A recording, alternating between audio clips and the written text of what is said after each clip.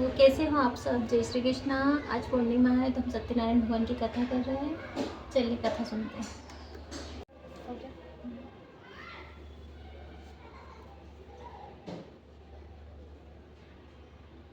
कड़क फुटली आहे ना पण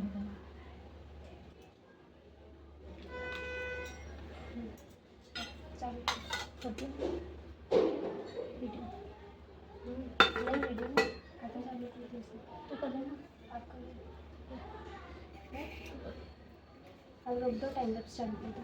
हाँ सर, इससे जरूर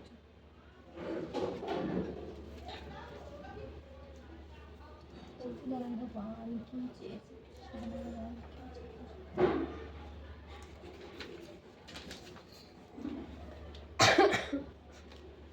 श्री सत्यनारायण भगवान व्रत कथा। पहला अध्याय। एक समय नैमिषारण्य तीर्थ में शौनकादि 88,000 ऋषियों ने श्री सूत जी से पूछा, हे प्रभु, इस कलयुग में वेद विद्या रहित मनुष्यों को प्रभु भक्ति किस प्रकार मिलेगी तथा उनका उद्धार कैसे होगा?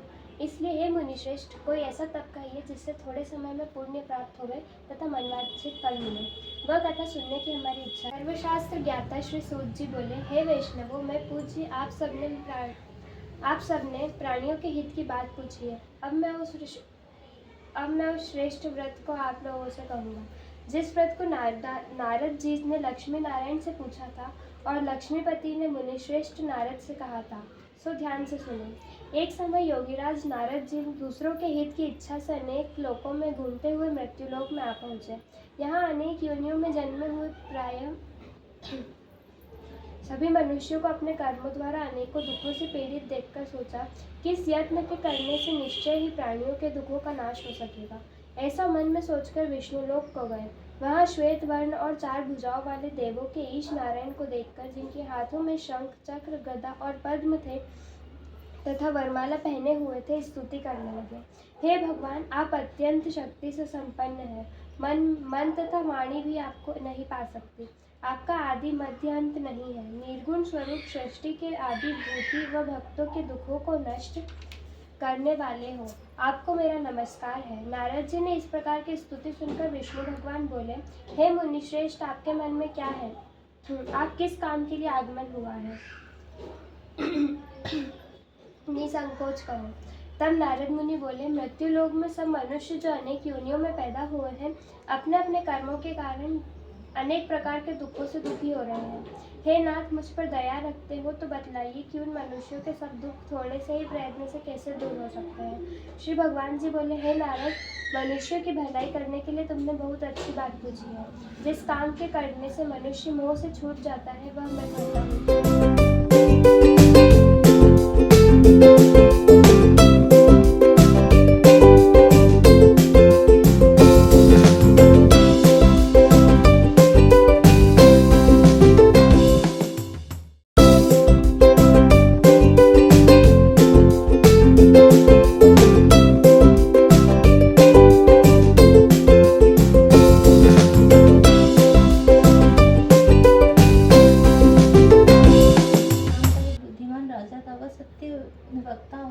जितेंद्रिय था। प्रतिदिन देव स्थानों पर जाता तथा गरीबों को धन देकर उनके कष्ट दूर करता था। उसकी पत्नी कमल के समान मुख वाली और सता साध्वी थी। भद्रशिला नदी के तट पर उन दोनों ने श्री सत्यनारायण का व्रत किया। उस समय में वहाँ एक साधु वेश्य आया। उसके पास व्यापार के लिए बहुत सा धन था। वह नाव को किनारे पर ठहरा कर राजा के पास आ गया और राजा को व्रत करते हुए देखकर विनय के साथ पूछने लगा, हे राजन, भक्ति युक्त चित्त से यह आप क्या कर रहे हैं? हे, मेरी सुनने की इच्छा है, सो आप ये मुझे बताइए। राजा बोला, हे साधु, अपने बांधवों के साथ उन्हें ऐसे वचन अपनी स्त्री लीलावती से कहे। एक दिन उसकी पत्नी लीलावती पति के साथ आनंदी हो सांसारिक धर्म में प्रवृत्त होकर सत्यनारायण भगवान की कृपा से गर्भवती हो गई तथा 10वें महीने में उसके एक सुंदर कन्या का जन्म हुआ। दिनों दिन वह इस तरह बढ़ने लगी जैसे शुक्ल पक्ष का चंद्रमा बढ़ता है। कन्या का नाम कलावती रखा गया। तब लीलावती ने मीठे शब्दों में अपने पति से कहा कि जो आपने संकल्प किया था कि भगवान का व्रत करूंगा, अब आप उसे करिए। साधु बोला, हे प्रिय, इसके विवाह पर करूंगा। इस प्रकार अपनी पत्नी को आश्वासन दे वह नगर को गया। कलावती पितृग्रह में वृद्धि हो प्राप्त हो गई। साधु ने जब नगर में सखियों के साथ अपनी पुत्री को देखा तो तुरंत दूध बुलाकर कहा कि पुत्री के वास्ते कोई सुयोग्य वर देखकर लाओ। साधु की आज्ञा पाकर दूध कंचन नगर पहुंचा और वहां पर बड़ी खोज और देखभाल कर लड़की के लिए सुयोग्य वणिक पुत्र को ले आया। उस सुयोग्य लड़के को देखकर साधु ने अपने बंधु बांधवों सहित प्रसन्न चित्त अपनी पुत्री का विवाह कर उसके साथ कर दिया। किंतु दुर्भाग्य से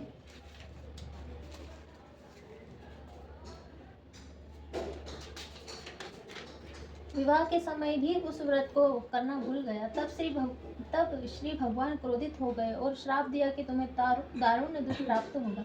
अपने कार्य में कुशल साधु बनिया जामाता सहित समुद्र में समीप स्थित रत्नपुर नगर में गया और वहां दोनों ससुर जमाई चंद्रकेतु राजा के उस नगर में व्यापार करने लगे।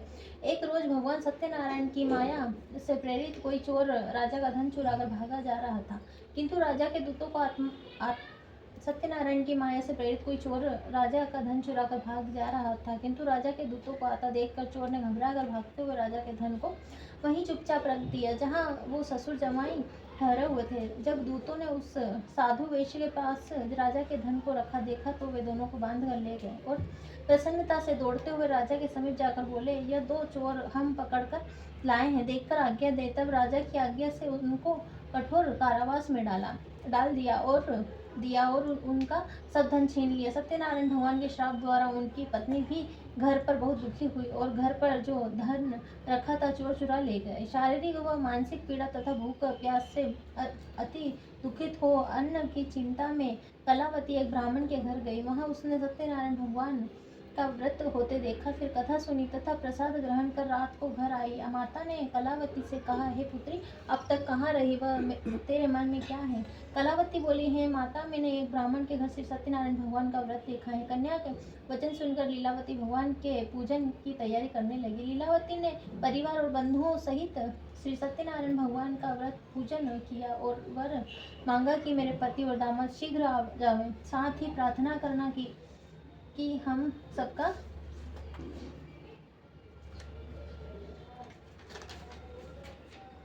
अपराध क्षमा करो। सत्यनारायण भगवान इस व्रत से संतुष्ट हो गए और राजा चंद्रकेतु को स्वप्न में दर्शन देकर कहा, है राजन, दोनों वेश्यों को प्राप्त ही छोड़ो दो और उनका सब धन जो तुमने ग्रहण किया है दे दो, नहीं तो तेरा धन, राज्य, पुत्रादि सब नष्ट कर दूंगा। राजा से ऐसे वचन कहकर भगवान अंतर ध्यान हो गए।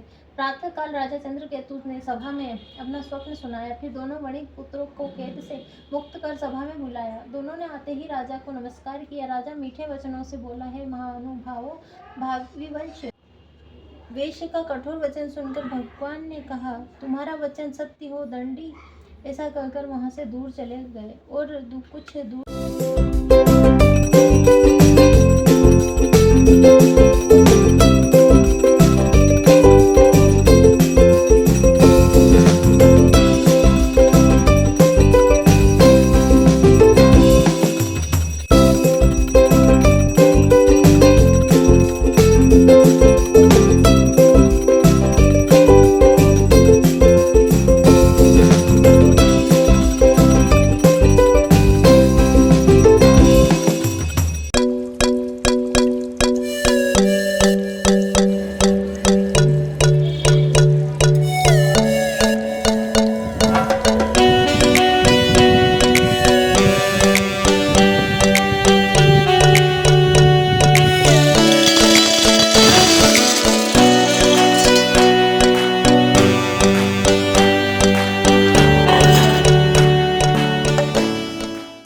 गाइस, मैं भी खाना बना रही हूँ। रोटी अभी बना रही हूँ, सब्जी सोच रही हूँ क्या बनाऊंगी। सब्जी कुछ भी नहीं है, देखती हूँ क्या बनाती हूँ। हर्षिता पढ़ाई कर रही है, अभी कथा करी, रोटी बनाऊंगी मैं।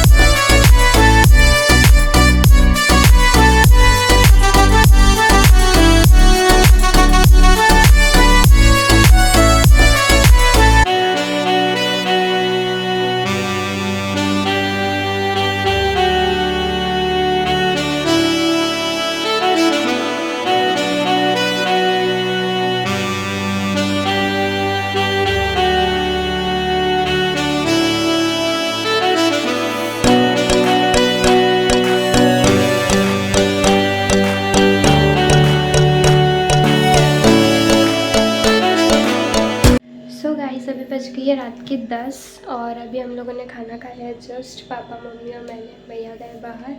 सो अभी मम्मी और पापा गए नीचे घूमने के लिए। सो अभी मैं बर्तन साफ़ करती थी, फिर वापस पढ़ाई करने बैठूँगी।